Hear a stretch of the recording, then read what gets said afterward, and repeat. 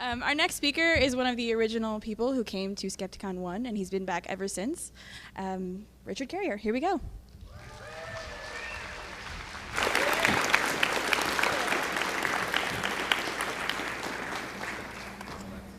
All right. Yes, excellent audio. We're going. Okay, I'm going to talk about miracles and historical method. And I'm going to start by telling a story. This is a true story, actually, supposedly, allegedly. In 172 AD, Marcus Aurelius and his legions were fighting battles across the Danube in the area of what would later become Czechoslovakia. And they got in a bit of a pickle. They actually ended up stuck in their camp, surrounded by the enemy, out of water, out of food, so they were dying of thirst. It was in the middle of summer, so they had no hope, and the enemy hordes were just about to besiege them. And so, of course, they were praying to all the gods and demons and devils they could. And suddenly, the sky filled with dark clouds, and a torrential rain poured down. And the massive rain was so devastating that it was crushing and destroying the enemy. And while the Romans were holding up their shields and gathering the water and drinking it, and so their thirst was quenched by the gods from above. And if that wasn't enough, that wasn't cool enough, balls of lightning thundered down from the sky and was annihilating the enemy and routing the enemy entirely. And so the Roman legions were victorious, and Rome was saved from the Danubian hordes. So this was a great thing, and this was part of a whole big campaign that he was fighting in the region. Obviously, he returned victorious, and he erected, as generals often did, emperors often did in this period, he erected this gigantic column. And this column is basically a comic book. It tells the story of the campaign in a spiral setup of cells all the way up the whole column. And the column survives today. It suffered some damage from pollution and acid rain and stuff, but we have pictures from before it was corroded, and you can still see some of the details even now. And the interesting thing is, we actually have in this comic book, this comic strip that spirals up this column, this miracle I just told you about is depicted there. We know about this miracle from some texts. Some authors did write about it, and I'm going to get to that in a moment. But I wanted to show you this because this is basically an artifact, a physical artifact, generated within 2 years of the event by an eyewitness who was there. And so you can't dispute it. This wasn't a copy of a copy of a copy. This is a first-hand autograph text. It's a visual text of the event. And so here we have, you can see if this works. Yeah, so you got this little rain god that came and saved them. You can see his wings, so that's how you indicate that this is a god from heaven coming to save you. And the rain is pouring down, and you can see in this cell over here, the rain is pouring into the Roman shields. They're holding up the shields and drinking from them, and the rain is coming down and just crushing and destroying the enemy over here. And further on, up the thing, a few cells beyond, it also shows lightning bolts coming down and destroying the siege works of the enemy, and so on. So this is pretty good evidence of this amazing miracle, isn't it? The Christians wish they had that kind of evidence. So this is the sequence of events. We had this miraculous battle in 172 AD, and then in 174 the column was completed. It took a long time to make a really beautiful, complicated piece of architecture like that. And the first stories, the first tales that survive for us to know of them, begin with Christians. The Christian apologist Apollinarius in 180 AD, and that's just 8 years after the event. And then shortly after him, about 25 years after the event, Tertullian, a more infamous Christian apologist, wrote his account of this miracle. The first time we hear the pagan version of it is 50 years after the account, so that's about the same distance between the crucifixion and the Gospels, from Cassius Dio. So let's talk about these accounts. We're going to start with the Christian version. What did the Christians tell? Now, this is the first accounts that we have, the earliest accounts, within just years. This is their story. Their story is that Marcus Aurelius had an entire legion of Christians, and that their prayers to Christ alone saved them. It was just because they prayed to Christ and that they were saved, and it saved the empire. And that Marcus Aurelius honored the Christian legion for this by officially renaming it the Thundering Legion. That's the Christian version. The pagan version, Marcus Aurelius had an Egyptian sorcerer with him named Harnuphus. His spell, summoning the god Hermes, messenger of Zeus, brought the miracle, and there's no mention of Christians. In fact, the idea of a Christian legion under Marcus Aurelius is absurd on multiple levels. One of the things, in order to, at this time, Marcus Aurelius considered Christians to be disloyal to the empire because they wouldn't do the ancient equivalent of the Pledge of Allegiance, essentially, which was honor obeisance to the statue that represented the guardian spirit who protected the emperor. And that was your way of saying that I support the emperor by praying to his guardian spirit. But they wouldn't do that, and so he interpreted that as being basically traitors to the empire. So, and also, if you were part of the legions, you had to give prayers and certain things and certain ritual cult paid to Jupiter Optimus Maximus, whom I'll introduce you to in a moment. And these are things that Christians couldn't do. So you couldn't have, Marcus Aurelius would never have Christians in his legions, and the idea of him having an entire legion full of them is absurd on multiple levels. So the story, the Christian story is a little bogus. The pagan story sounds weirder then. So which one is true? Like, where is the truth in all of this? First of all, you might wonder, what is an Egyptian sorcerer doing summoning Hermes, the Greek god? So a little brief lesson in how pagans understood their world. They didn't think that Hermes was different from Thoth. The idea was that everybody was worshiping the same gods just under different names. And so you spoke a different language, you used a different word for your god. And many of the gods had multiple names. So the pagans had no trouble with the idea of thinking that the Greek god Hermes was really just the Egyptian god Thoth, and the Egyptians thought the same thing back and forth. Just in the same way that the Roman god Mercury was just considered to be the Roman version of Hermes, they all thought it was the same god. You're just using different rituals and using different names for them. And again, Hermes is the messenger of Zeus, but Zeus was equated to the Egyptian god of Ra, and the Roman version was Jupiter Optimus Maximus, Jupiter best and greatest. And that was the chief god of the Roman Empire and of the Roman legions. Now the interesting thing is, right within the period of this war, and right in the area of what would later become Czechoslovakia, we recovered a temple that was dedicated by the emperor to Jupiter Optimus Maximus Cassius, which is the name of the sort of local deity there. But the iconography shows that this is a representation of Jupiter or Zeus as the thunderbolter. This is the Zeus thunderbolter. Jupiter Optimus Maximus, the thrower of thunderbolts. Now it's kind of interesting that we have the emperor dedicating a temple to Zeus thunderbolter right at the exact time that we hear that there was a miracle in which thunderbolts saved the legions. So we have some physical evidence supporting and corroborating that part of the story. We also have, interestingly enough, in the same region, from the same time, an inscription dedicated to the goddess Isis by two people, Harnuphus, the sacred scribe from Egypt, and Terentius Priscus, probably a Roman legionnaire, who dedicated it to the appearing goddess, the goddess who appears and manifests herself, and that's an epithet of the goddess Isis. So here we have a Harnuphus, an Egyptian sorcerer, as he's identified as a sacred scribe, with the legions in that time, in that place. And that, what are the odds of that? So this does look like we actually had a Harnuphus with the legions. So the pagan story is starting to look a little better.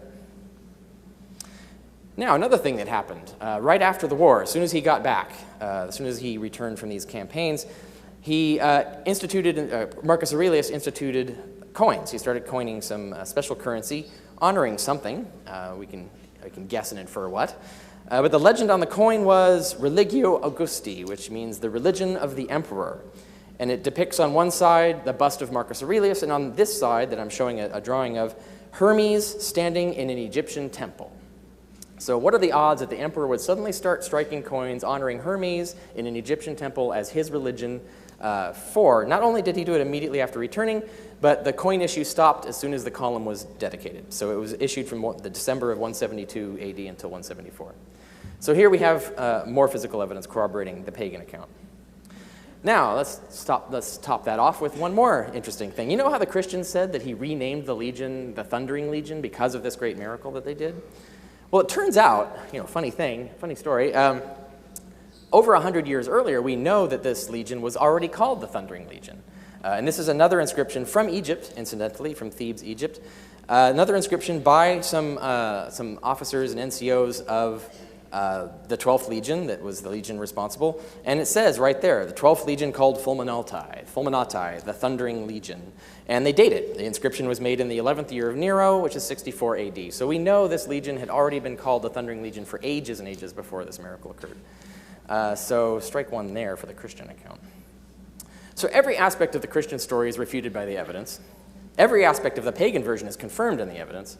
Yet the Christian legend arose within just a few years, not decades, but a few years.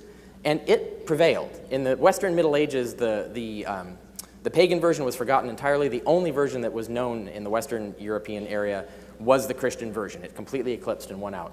And the only reason we know about the pagan version of this is because one dude in the Eastern Byzantine Empire preserved one pagan historian who just happened to mention it, just that one text. And so we only found that out when those texts started creeping west after the Renaissance. So that's an interesting piece of facts there that you can use to compare with the way Christians talk about things. Now, what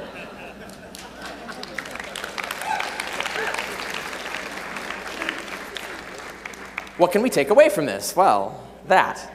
Christians were big-ass liars. Yeah. We'll see some more examples of that before we're done today.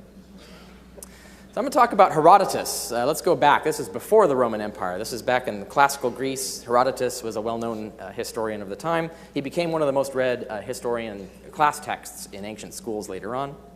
He's born in 485 BC. He wrote around 430 BC, give or take 5 years, about the Persian War, which occurred in 479 and 480 BC. So roughly 50 years. He's writing 50 years after the events he's recording.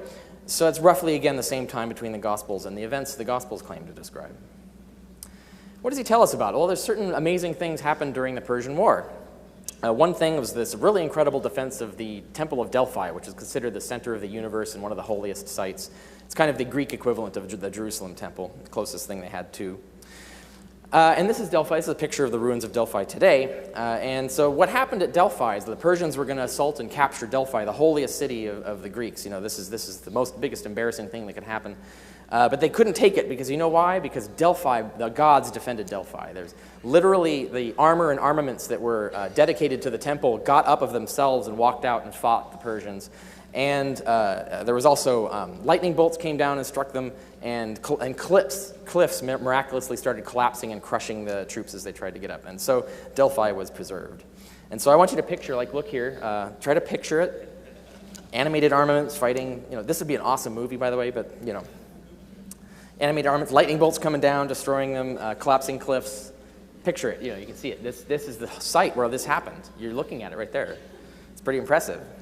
Oh, except there's no evidence of any of that happening. But anyway, moving on, another miracle that occurred during this time is the Persians did one awful, blasphemous, horrible thing, is they burned this tree, supposedly.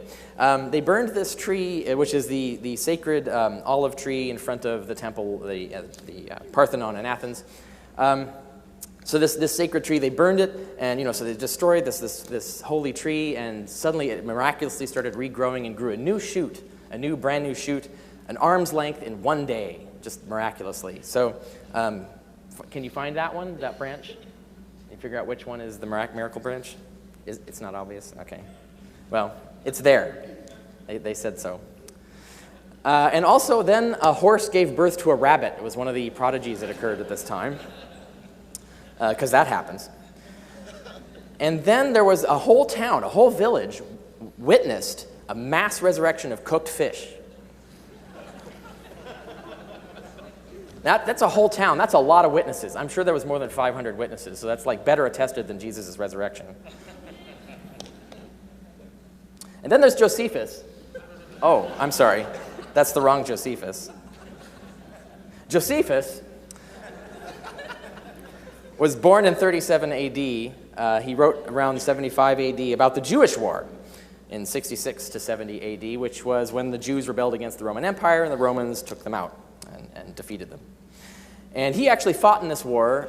There's some very sort of funny stories about how he ended up being in the pocket of the empire in the middle of the war. But he fought against the Romans and then switched sides, and then became, he was a client of the emperors. They set him up in Rome. And so he wrote stories about the Jewish war and various other things. And it's important to note that he's writing just 10 years after the fact, after the events he claims to be relating that I'm going to talk about in a moment. Just 10 years later, so this is much closer to the events than the Gospels are to the events they claim to be reporting. And this is Josephus. This is like a sober, secular-ish historian. You know, one of the best historians of the ancient world, as Christians will tell you. And what does he say? Well, he says, among things that happened, these omens that occurred right before the war that were portending the doom of the Jews, was that at midnight, the temple square and the altar were lit up as bright as day, like there was some vast holy light lit up the entire Jerusalem temple in the middle of the night, because that happens. And in the middle of the temple square, a cow gave birth to a lamb, because that you know when that happens, when a cow gives birth to a lamb, you know God's telling you you're screwed, right? That's international. That's the international symbol for screwed. There's still signs in Europe that have that on there. And then the temple doors, the main temple doors were so huge. These giant bronze doors were required 20 men to open and close. They were just these vast, impressive doors. But what they did is they, of themselves, with no one touching them, they unbolted themselves and opened themselves right in front of the awed temple guards, indicating, of course, that God had left the temple and was abandoning the Jews. Which is interesting. These completely ridiculous, amazing things are occurring. You have to wonder, like, is that really like a God who can do all this, and that's the best confusing, unclear indications he could give? He couldn't just like say, "I'm abandoning you unless you do X, Y, Z." No, he gives these sort of weird miracles. So the point of all of this so far is that clearly completely false legends, I mean, these are ridiculous things that are being claimed. Completely false legends of completely ridiculous miracles could arise very quickly. This idea that you can't have rapid legendary development is bullshit. These stories can happen very quickly, and no alternative accounts survive. This is the case here. We don't have some eyewitness saying, "Hey, I was there, I didn't see that, that didn't happen." If anyone said that, they didn't write it down. If they wrote it down, it wasn't preserved for us to know of it. So that can happen quite often, and there's no way that you can buy this claim that there certainly someone would have refuted it if they were there. No, it's not the way it works. So let's talk about Christians. I've given you an example from ancient Greeks, from ancient Romans, from a Jewish historian. So let's be fair, let's be a diversity-conscious critic and bring the Christians back into it. So here's an example of, in the 2nd century, the Christians wrote a lot of books, by the way, more than the Bible. The book of Acts in the Bible is just the one they chose to put in the Bible. There were actually several other books of Acts representing the acts of particular disciples and so forth. And this is from the Acts of John. And there's this interesting story where, St. John, the disciple John, is traveling with his companions, some other disciples, and they come to an inn, and they're staying in the inn, and they're sleeping in the inn, and the bed bugs are just biting the crap out of them. It's horrible, and John's extremely annoyed, and so they're biting all of them, and so he commands the bed bugs in his bunk, and like an army officer, and he commands them to go stand in the corner and leave him alone, and all the bugs dutifully march in ranks, just like legions, and march into the corner and sit there at attention, just like the soldiers would, and stayed there all night, and John slept quite fine. He didn't do this for his colleagues, by the way, so they got continually bitten by the bed bugs. But and then after all of that, when the morning was done and he slept well, and except his friends didn't have such a great night. But after that, he ordered the bed bugs back into the bed, and they marched back in. Now what I find the interesting thing about this is he put the bugs back in the damn bed. What a fucking dick. Anyway. And then we have a similar thing. We have the Acts of Peter. I won't tell the stories, but I'll just summarize the things that happened. I mean, this is one of the most fantastic books of Acts that we have. I mean, there's flying wizards, there's talking dogs, there's another cooked fish that's resurrected, because Peter could only do the one, apparently. And a Roman senator converts to Christ, and right in front of everybody. And all of this is in the middle of Rome itself, the capital of the empire, before huge crowds. Yeah, but it's complete bullshit. So you can basically make up entire cities of witnesses if you wanted to for the most bizarre and unbelievable. Genevieve, that's the wrong Genevieve, I'm sorry. Genevieve, this is the one I was going to talk about. This is St. Genevieve. She died in 510 AD, and the life about her, the story of her life, was written only 10 years later. And like the Gospels, it was written by an anonymous monk, who, of course, surely must have known everything about her. And this also had like tree monsters that would spring out of trees and fight in great battles for hours. There were ship levitations. There were ships that were sinking, and she actually magically levitated entire fleets of ships. Exorcisms of demons, that's stock stuff. Conjurations. She could conjure water and oil from nothing. Better than Jesus, I guess. Jesus couldn't. Jesus had to start with something to conjure, but she could conjure it from thin air. Healings, of course. She particularly was good at healing the blind and the lame. And the holy hexes, this is the coolest thing. People who would steal things from her, like her comb and stuff, would go blind. That's how awesome she was. But that's complete bullshit. We know that, right? I don't need to explain why. So the first rule of historical method is kind of a no-brainer. Don't believe everything you read. People made a lot of shit up. The second rule of historical method is always ask for the primary sources of any claim you find incredible. Ask for their sources. And I get this question a lot. Someone will say, someone said this. How do you respond to that? And I say, well, just ask them what their source is and go read it. That's the first. I mean, you'll save me a lot of time if you go do that first, because usually like half your questions will be answered immediately once you see that. And if their source also cites a source, what's their source, and so on. Go all the way back and see who's actually saying this, where it came from, and so on. Because the third rule of historical method is not just find out if there are other sources and other evidence, which you'll also want to do, but the fourth rule of historical method is be sure you understand all the relevant aspects of the historical context, because context is everything. And I know I don't need to tell you that you know how context of a passage, like a verse in the context of the Bible, you're reading a text. If a Christian cites a verse at you, you go look at the text and see the context in the text, and that's very important because it often changes the meaning of what they're talking about. But there's not just the context of the text, the written text. There's the context of when and where that book was written, who wrote it, and so on.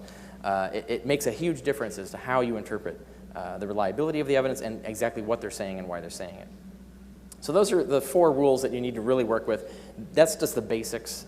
We're going to get a little more technical soon. But in understanding the context, I'm going to talk a little bit more about why that is significant for the ancient world, because I'm talking about ancient miracles here. And one of which is the ancient world was very different than our world. A lot of things that when we're trying to interpret how people would react or what they would do in the ancient world, we often project our assumptions onto them. Like we assume things then are the way they were today. But we live in a radically transformed society, I mean, in ways that are really hard to fathom. And one of the examples of this is literacy. I mean, we're all literate. We can all Google something. So those are two things we can do that they could not. But they didn't have the kind of extensive literacy we did, and their literacy was much lower. The terms of literacy that you would need to actually do investigations and things like that would be full literacy, and that's only 10%, less than 10% of the population had that skill. But also, books and documents were extraordinarily expensive. A cost of one blank page of papyrus was the equivalent. You can do the math. It was the equivalent for $30. Now, as I'm sure there's a lot of students here today, can you imagine paying $30 per piece of paper? These are outrageous prices. And consequently, the cost of a whole book, which was not just a piece of blank paper, you also had to pay the guy who was going to copy it out by hand, right? So there's no printing presses. So this is very expensive. Costs of books were in $10,000 to $100,000 range. So books were extraordinarily expensive. So this is something to keep in mind. This changes the way you understand how things go in the ancient world, what the context is. And also there's cultural differences, the attitudes and assumptions of people. And this is an example here. These are the statues of Memnon in Egypt. They've been corroded by history. They used to be much more beautiful sculptures than these. But acid rain and things have destroyed them. But the interesting thing about these were miraculous statues. Because, one thing to note is the pagan statues could also weep and bleed just like the Christian saint statues can. So clearly the pagan gods are just as powerful as the Christian god. So there was a lot of weeping and bleeding and moaning statues and statues that could speak and so on. There were lots of these. And these were among the singing and moaning statues. They would actually hum and sing and do cool things like that. And it was the cool thing to do would be to go here, hear the statues moan, and then pay for a really expensive inscription boasting that you did. And you remember that thing I showed you before about the Thundering Legion? That's one of those, actually. That's where we got this. This is an inscription at the statues of Memnon attesting to the existence of this miracle. And this is a couple of guys, officers with the Legion, with the Thundering Legion, the 12th Legion. Now, they put on there, Audimus Memnonem, we heard Memnon. This is a first-hand eyewitness document. The autograph, it's not a copy of a copy. It's physical evidence. We can absolutely date it without question to when it was done. Not only did they attest to the miracle as eyewitnesses, but they even dated it to the hour. They have the third hour on that particular date in that particular year. Now, can you imagine if we had that for like the resurrection of Jesus? No, we don't. Not at all. And here's another example of the sort of first-person autograph physical evidence of miracles. This is an inscription at the Asclepieion at Epidaurus in Greece. This is a famous place where it was kind of like a hospital/healing temple, and it was famous for a long time. And so over hundreds of years, people who went there and received miraculous healings would commission inscriptions honoring the god and honoring and boasting of the great miracle that was done for them. And there are hundreds of these inscriptions, and this is just one of them. And it reads as follows: Euhippus had had a spearhead stuck in his jaw for 6 years. As he was sleeping in the temple, the god came and extracted the spearhead and placed it in his hands. When day came, Euhippus departed cured, and he held the spearhead in his hands. That's right, Euhippus. That's exactly what happened. We don't have anything like that kind of evidence for the miracles of Jesus, for example. And one of my favorite examples, because it kind of parallels what you would want for the origins of Christianity, is we actually have an eyewitness to the origin of a new religion, an eyewitness who wasn't just a gullible believer, but a talented, educated skeptic. And can you imagine if we had someone like that who'd witnessed the origins of Christianity and wrote about it, and the Christians didn't burn it, and we got to read it? So this is the story of the religion of Glycon, the cult of Glycon, as I'll talk about in a moment. The guy who founded it is Alexander of Abonotychus, and the guy who exposed it to absolutely no effect on its success was Lucian of Samosata. Both these guys come from Turkey, what would become Turkey. And so Lucian, the interesting thing with Lucian is he was a traveling orator. He was an Epicurean philosopher, and was kind of like the James Randi of the ancient world. He was really good at figuring out the tricks that temple leaders and so forth would use to dupe the public.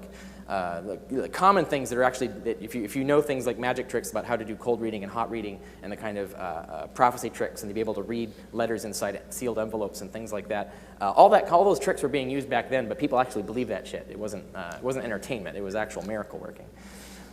So if you're interested in that kind of stuff, you want to read this story. It's Alexander the Quack Prophet, written by Lucian. It's an eyewitness account by a skeptic who was there witnessing these things, and it's a really fascinating story and funny, because the guy's kind of funny as well, Lucian. Now the interesting thing is, Alexander of Abonotychus, what he did was, he claimed that the gods had delivered unto him this miraculous egg, and he showed people this miraculous egg, and it cracked open, and birthing from the egg was this strange new snake with a human head. And then he took care of this snake over the years, and it grew up into a great, large, giant snake with a big human head that could talk. And so he set up this temple, and people would go to this temple and go basically submit questions, not directly, but through an intermediary, to this god, and the god would sit there, and this talking head would tell them, answer their prayers or answer their question, and give them oracles. And this became a huge cult. The town really celebrated it. They even got the emperor of the entire Roman Empire to take notice of this cult, and not only change the name of the town in honor of it, but also issue coins in honor of their new god. So this was a very successful religion. It continued for several centuries after this. And so again, it's an eyewitness account by an expert skeptic I'm talking about here. Now the interesting thing is we have really good physical evidence that this existed. From the time that the god and the cult originated, we have statues of the god. Of course, why wouldn't you make statues of this god that you're worshiping? Here is Glycon. This was carved from life, of course, I'm sure. And the interesting thing is, if you look at it, it does look, the human head, that doesn't look very human. It's kind of weird looking, probably because it was fake, although they didn't know it was fake. Except Lucian tried to tell people it was fake. And what Lucian figured out that it was is that it was a puppet head attached to a trained snake, a large snake that was trained to behave in the ways they wanted. And they had a puppet head with a tube that they would speak through so that the voice would come out. So, and we know we actually have a book by another author called Heron of Alexandria, wrote a book about how to build these apparatuses, not this particular one, but various other apparatuses to make miracles look amazing in temples using the technology of the time. So this is actually a plausible thing, that they might actually have done this with the puppet head and the tubes and all of that. And so, of course, when they carved this, they're carving basically from life of a puppet head that they think is a real head, but we can kind of tell it looks fake, even now. And here's the coin that issued. Once again, you can see depicted on the coin is the god Glycon. And on all his glory, you see everything from beginning to end. This is like the most sacred object you could ever have. The legend reads, Glycon, god of the people of Ionopolis. Now, that used to be Abonotychus, but the reason it's called Ionopolis is the emperors renamed it because it's the city of Io, which was one of the names of Apollo, and Glycon was supposed to be the son of Asclepius, who was the son of Apollo, so it's kind of a sub-Apollo cult. And the town still has that name. It's in Turkish now, it's Ineboli, but Ineboli derives from Ionopolis, the original name. And yes, the town still exists. So here we saw the beginning, the dawn of a new religion, with a skeptic that gave us a really good account of it, and we wish we had an account like that from someone who had witnessed the origins of Christianity. If only Lucian could have stumbled and could have been alive at the time of, that was 2nd century, mid-2nd century. If he had been alive and in Jerusalem at the time of the origins of Christianity, that would have been very helpful to us, I think. But the thing is, if he was there, he probably wouldn't have been in the Glycon cult scenario, and then so we'd all be worshippers of Glycon now. We'd all be, or like atheists, we'd be here attacking the Glycon cult and their apologists. So in the ancient world, there were things that were much rarer than they are now, and things that didn't exist that we take for granted now. The interesting thing is, when I wrote this table, and I just because consciously kept its original, the original items on it, I didn't even think to include the internet, because when I was first giving versions of this speech, the internet was not like something that everybody used. Now it's just like you can pick up your phone and Google something immediately. So you can add to the no list all the fucking internet shit that we've got that's pretty amazing now. But no, they didn't have even newspapers. The irony is that newspapers are now becoming a thing of the past. So that's how much things have changed since I wrote this table, is that newspapers are a has-been item now. But anyway, they didn't have newspapers then. They didn't have telephones. They didn't have photographs. They didn't have journalists. And they didn't even have what we would call detectives. And rare among these things was education. Like I showed you, only 10% of the population or less could have effective literacy. Rare was critical thought. I mean, critical thought wasn't really particularly taught in schools. You had to be lucky. You had to go become more advanced thinker and more advanced in the education system to get anything like critical thought training. Scientific methods, they had some, but again, not many people knew of them or used them. You had access to documents was not easy. It's not something like we could go get access to all kinds of documents now, but for them it was much more difficult to do or impossible. And very rare were Lucians, skeptical investigators, people like Lucian. Not a lot of those guys. So let's talk about instead, if they didn't have all of that stuff, if they didn't have the ways that we would check a claim or the way that we would be how we would critically respond to a miracle claim, how did people back then in general, the masses in general, how did they decide whether a story was true or not? Why did they believe all of these ridiculous miracles? Why did these things spread so quickly and were so successful as beliefs? And the reality is that people used certain kind of fallacious heuristics to sort of decide what was a true story. One of them is moral behavior. If the guy coming in is telling you the story is an upstanding moral person, they do really nice things and they seem like a real all-around great guy and are actually and obeying certain strict ascetic principles, so they show that they're disciplined and are willing to make self-sacrifices for their God. Obviously they can't lie, right? So, good people never lie. And that actually was kind of a criterion they would use. So obviously, if you wanted to get away with lying, what do? You act like one of these guys. You'd be an ascetic who's a real moral upstanding dude. Then you could convince people of any damn thing you wanted. Rhetorical persuasiveness. Now you think, it's kind of a joke, think Fox News, but it's actually kind of serious. You think of the way that Fox News distorts the facts, makes up facts, and then manipulates the public to believe certain things. And this is in our day and age when you could immediately Google something and immediately find out that it's false. But we still have like 20% of the populace that doesn't even do that basic stuff. And this is in the modern day of universal literacy and Google and all of that. Just imagine how much worse it was back then, and how readily someone who was very good at rhetorically presenting an argument and making a case could persuade people to believe it. If Fox News could do it now, just any talented con man could do it then. And then there was the ability to wow an audience, usually with charismatic, in other words, psychosomatic, miracle working, or outright tricks. I mean, if you were a total liar, you could do the tricky stuff like Alexander of Abonotychus was clearly deceiving the public intentionally. But of course, there are a lot of charismatic miracle workers actually do believe they're miracle workers because they don't know about psychosomatic illnesses, they don't know about psychosomatic effects, and there's lots of different ways that they trick themselves into thinking that they're doing great miracles, and then the people that they're doing them for are also in front of are also convinced. And the thinking for this was that you couldn't do great miracles unless God was backing you, right? Because only God could help you make these miracles occur. And God wouldn't back someone who is wrong, right? So if you could do these miracles, you clearly had to be saying something that's true, because God wouldn't back you otherwise.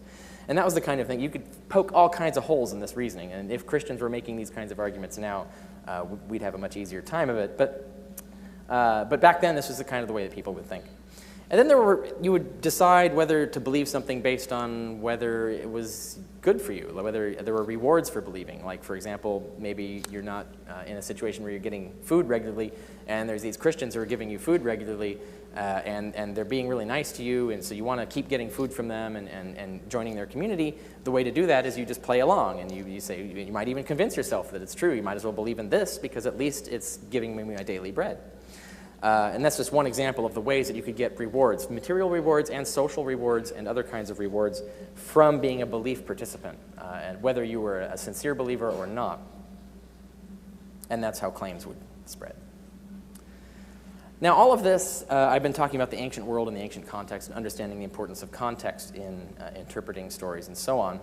But it's not just about miracles. What I'm going to talk about here today is not, miracles are just a fun example, and they're useful in other ways, these examples I've given, but the methods and logic of history apply to all claims. So what I'm now to go to the mode where I'm going to talk about how historians actually do examine historical claims and what sort of methods they use.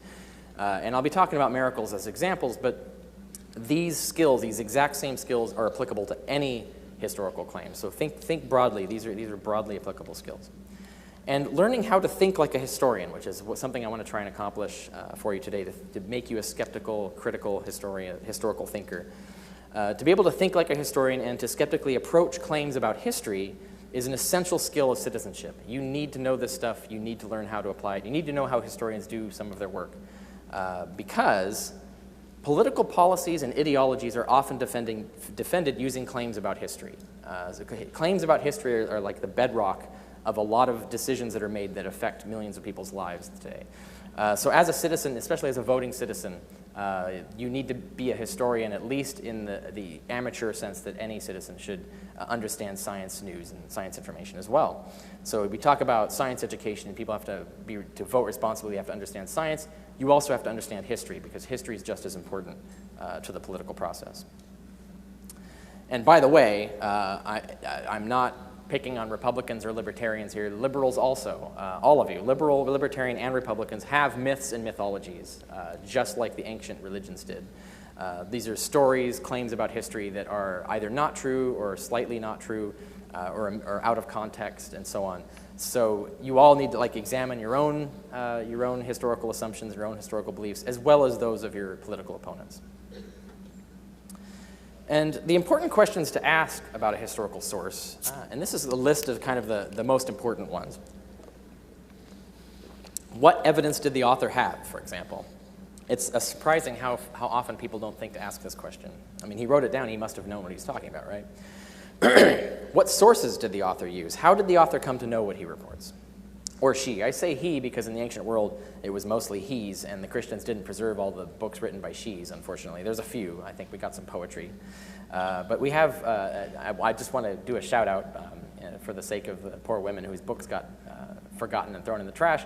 We have several women who were doing scientific writing and historical writing in the ancient world, wrote histories and memoirs and so on. We don't have any of it, which is kind of sad. But the reality is, even then, women would be a small percentage of the writing public, and now that's even smaller percentage because the Christians were not big fans of female literature.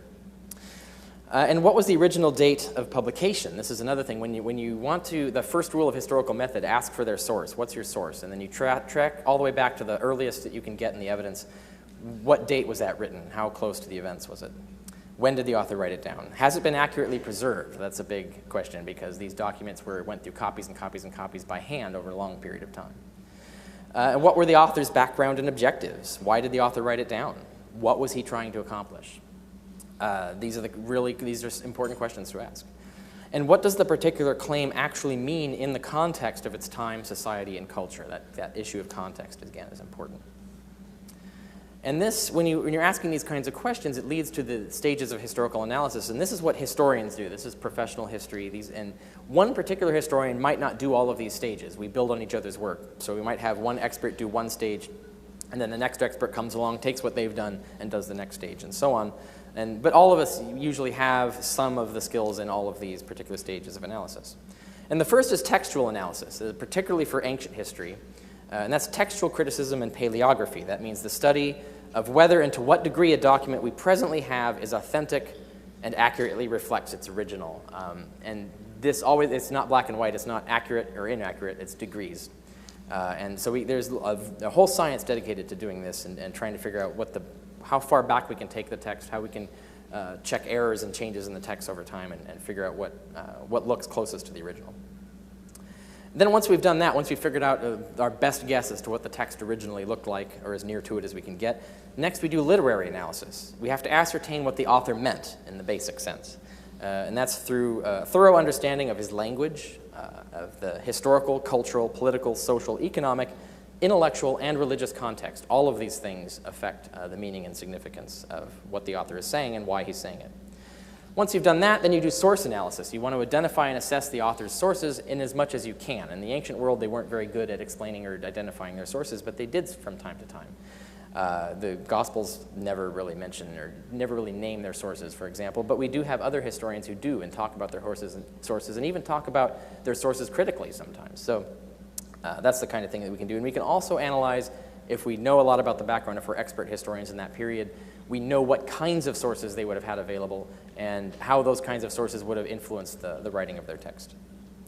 And then finally, once you've done all of that, I mean, that's a lot of work already, the next thing you do is what you would normally call just historical analysis, the proper historical analysis of the text, of just assessing the reliability of a particular claim, as we now understand it from all the rest. So that's the process of what historians go through to try and figure out what happened in the past. Of course, this leaves out a lot of questions. For example, like how do you know you're getting it right? How do you come to conclusions in this? Now, I argue that this gigantic, scary equation mathematically models the correct way to do it. I'm not going to talk about this very much today. Last Skepticon, I did the whole talk on Bayes' theorem, by the end of which you'll actually understand what this equation means. So if you want to know more about Bayes' theorem, you can go watch that, or you can read my book, which I'm selling today, Proving History, which is really written for humanities majors to sort of get them to understand the mathematical concepts underlying this and why they're important to skeptics in general, why atheists all need to know Bayes' theorem and be able to understand how to reason like a Bayesian. I'm going to just cut it down to the simplest, the thinking of it, and rather than talking about the specific mathematical relationships involved, I'm just going to talk about what are the core premises that you plug into this equation that get you the conclusion. And it's basically just this. It's how typically is the hypothesis true that you're testing in particular? How typically is it the case? That's one of the questions you ask when you're thinking like a Bayesian. Another is, how likely is the evidence? If that hypothesis were true, let's assume it's true, how likely would it be that we would have the evidence we have instead of some other kind of evidence? And then the other, you ask the opposite question, which is, how likely is the evidence otherwise? How likely would we have that evidence if something else was true? And so you want to compare multiple hypotheses. You can't argue for a hypothesis in isolation. This is actually one of the most common mistakes that even professional historians make, is they pick a hypothesis and then they look for evidence to support that hypothesis. They don't think to compare alternative theories of the evidence to see how well that theory also explains the evidence, because often it does it just as well, in which case you can't decide between those two hypotheses. And there are 4 numbers in Bayes' theorem. The fourth one is just the converse of the other. So if the first one is 80%, the other is 20%. Or if it's 90%, the other is 10%. So really, once you know the one, you know the other. So there are really only 3 numbers, 3 estimates of probability. And that's what all empirical reasoning, and especially all historical reasoning, is based on. It all comes down to this. If you were to pick any argument that any historian makes, whether he's aware of it or whether she's aware of it or not, it doesn't matter. If they're making a sound argument, you can break it down and figure out the underlying assumptions in that argument will break down and come to just these 3 estimates of probability. And to sort of break it down to even simpler form, that prior probability is really just a question of what has usually happened before. That's the kind of thing that you're asking. It's like what typically happened before, and based on the kind of evidence that we've gathered in the past. It's based on our background knowledge, what we've learned about the world and about people in general, and about the culture we're studying in general. And that's usually what has usually happened before to cause the kind of evidence we have. And that's the kind of question you're asking for prior probability, and that's that first number in the equation. And then the other 2 numbers are consequent probabilities. And that's basically how expected is the evidence we have. Is it the evidence we expect to have? And you test that question in 2 ways, if our claim is true and if our claim is false. And of course, if our claim is false, then something else is true that caused that evidence. So you have to think of what other possible causes may have been. So, and that gives you those 3 numbers that define all Bayesian reasoning. And the kinds of thing that we're thinking about here is what evidence would we normally expect to have for the specific claimed fact or event? And for the claimed phenomenon in general, if it existed in general. Now, these are two things to keep in mind. Not only are we going to be asking about, for example, if that specific event happened, then it might have left certain kinds of evidence. But then we have to ask, for example, if Egyptian sorcerers could cast spells that bring rain and lightning down upon the enemy, if that power even existed in general, what kind of evidence would we expect to have in the world? Obviously, armies would be marching across the world calling lightning down on their enemies all the time because, the Egyptian sorcerers would be a hot item. Everybody would have them. So you want to think also in terms of these general terms of what kind of evidence we would have. And we're used to this. You're probably used to doing this when you're arguing about the existence of God, because a lot of the arguments you make for the non-existence of God are this kind of broad, general evidence, like what would the world be like if there really was a God? And that's kind of opening your mind and realizing, oh, you know what? The world would be totally different if there was a God. And another important piece of this is that it's unexpected evidence. And this is a basic general idea. When you're talking about expected evidence and unexpected evidence, that's really code for probability. That's really a mathematical statement, whether you're aware of it or not. If you say the evidence is expected, what you're really saying is that it's probable, and so you're actually estimating probability. When you say it's unexpected, you're saying it's improbable. So you're really making mathematical assumptions in your head, whether you're aware of doing this or not. And expected and unexpected evidence includes missing evidence. So even unexpected absences of evidence. So if there's missing evidence and that's unexpected, you should have that evidence, but it's not there, that's improbable. So that actually lowers the probabilities and affects the equation and affects your conclusion. And so the typical thing when you're dealing with miracles is you follow this kind of decision tree, and this is sort of the way you would do it as a Bayesian. You would first start with, what evidence is expected if the claim was made up? Because that's the obvious competing hypothesis, right? Is it the evidence that we have? Most of the time it is. And so if the evidence we have is exactly the evidence we would expect to have if it was made up, then that evidence does not support a miracle at all, because both miracle and non-miracle make the evidence equally probable. If not, however, if the evidence is not what we would have, is not exactly what we would have if it was made up, how unlikely is the evidence we have if it was made up? It's an important question to ask. Is that as unlikely as the claimed phenomenon is generally? Because those are the two probabilities you end up comparing, and that's the prior probability and the other. And if it's not, then the claim is still probably false. So even if the evidence is unexpected, even if it's improbable on the made-up claim, if you say it's made up, but the evidence is not exactly what you'd expect, it still has to be as improbable, the evidence that you have has to be as improbable as the phenomenon is improbable generally, in order for that evidence to be enough to make that claim probably true. And that's really hard to do with miracles, because miracles are claiming things with extremely low prior probabilities. And I'll give you an example to talk about how to think about prior probability. If I told you I had an interstellar spacecraft, people don't think of X-Wings as interstellar spacecraft, but yeah, they are. They actually can jump between star systems. Oh, this is an authentic picture, by the way. It's absolutely, this happened in World War II.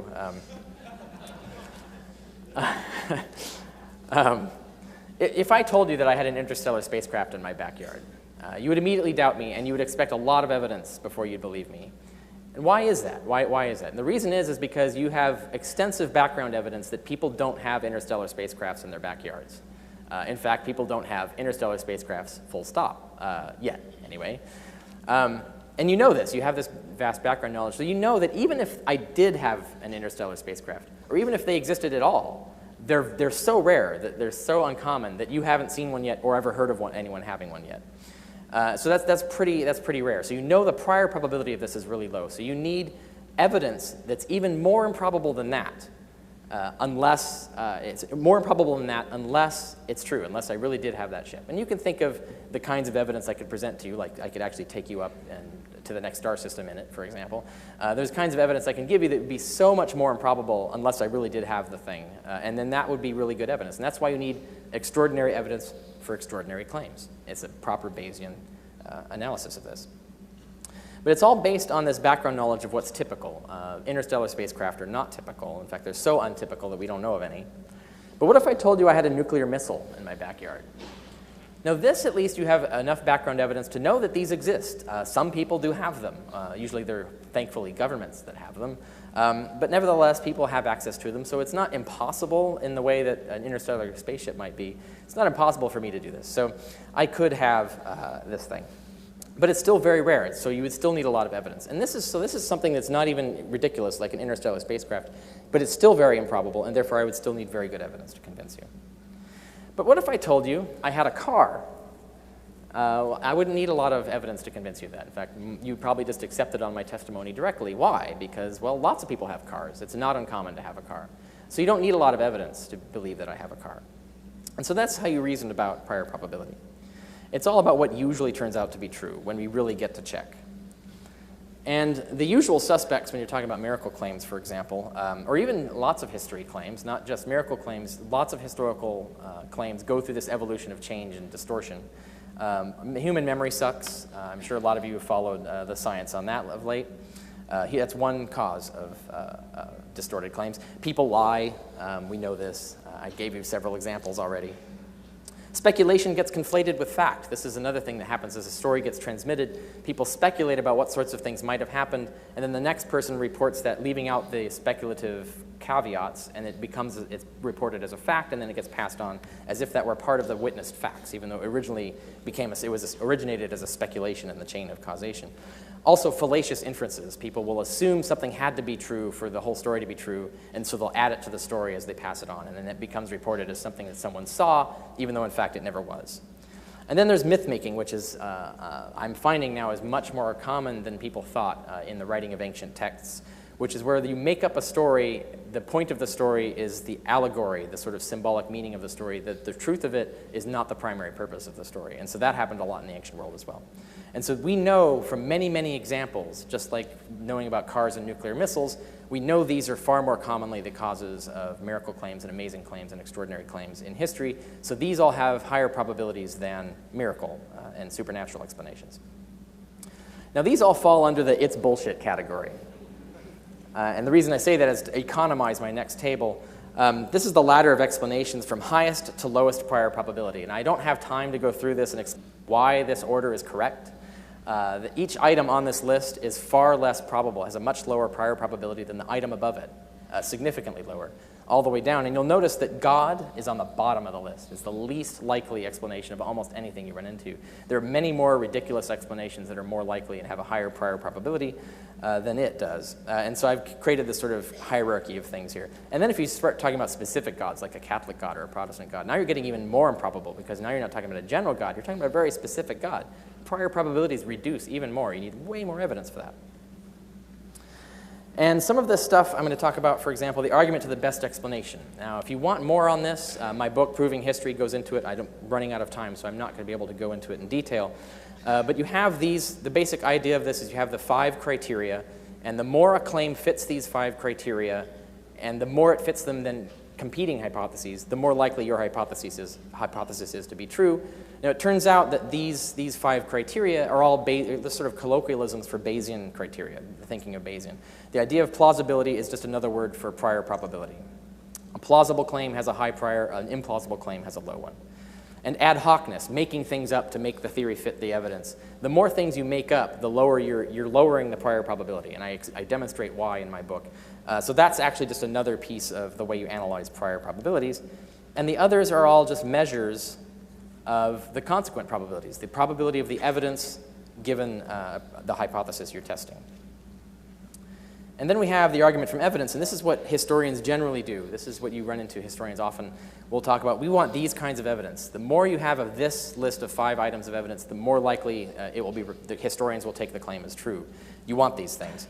And I don't have time to go into the whole example of how you can refute the resurrection of Jesus by going down this list, because Christians claim that the resurrection of Jesus is the best attested historical event in history, even better attested than Caesar's crossing of the Rubicon, and you can actually show them point by point that it's exactly the opposite.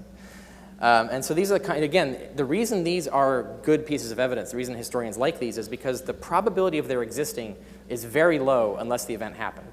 Not so low that it's impossible. These kinds of evidence can exist for a false claim, but it's less likely. And the more of these things you have, the less likely it is. So therefore, that's why this is good evidence for it. And so it's Bayesian reasoning actually explains why historians like this kind of evidence here. And so you can talk about physical historical necessity is the main thing, where history couldn't have proceeded as it did had it not occurred. Julius Caesar couldn't have conquered Rome and won the Civil War had he not crossed the Rubicon, whereas all you need is a belief that Jesus rose from the dead to give us Christianity. It's not necessary for Jesus to actually be resurrected. So that's an example of that. And physical evidence. We've seen examples of miracles for which we have physical evidence. We don't have anything like that for Jesus. And the same goes for the other kinds of things that we have. So what I've given you here is a complete toolbox for analyzing historical claims, those 4 rules of historical method, the sort of basic things that you need to know and do right away. The 4 stages of proper historical procedure. Even if you yourself don't do those things, you need to know that those are the things that are being done or need to be done for a proper sound historical analysis. And that way, knowing that those things need to be done, you can check whether they're being done if you have a historical claim thrown at you. And then there's the argument to the best explanation, which is those basic criteria. And if you can think like a Bayesian, you can even use them even better than historians do normally. And the argument from evidence, which is those 5 types of evidence, the best kinds of evidence you can have. And I didn't put in the criteria of a good historian this time, but there are ways to measure also whether a historian is a good historian or not. And some of the things are kind of obvious. I don't need to go into them. And then Bayes' theorem, if you want that. So you really need to understand that as well. Now, if you want to know all of these things, I talk about all of these items in detail and give you lots more information about them, how to think like a historian, in my book, Proving History. And right now, of course, this is my job. This is the only employment I have is selling these books. So I would very much appreciate it if you could help me out and bring me some income for what I do and buy some of my books. But Proving History is the one that will cover this in detail. And if you want to know more about the origins of Christianity, among the books that are here today, the best one to buy would be Not the Impossible Faith, if any copies are left. So that's it. Thank you for your attention, and go forward and think like a historian.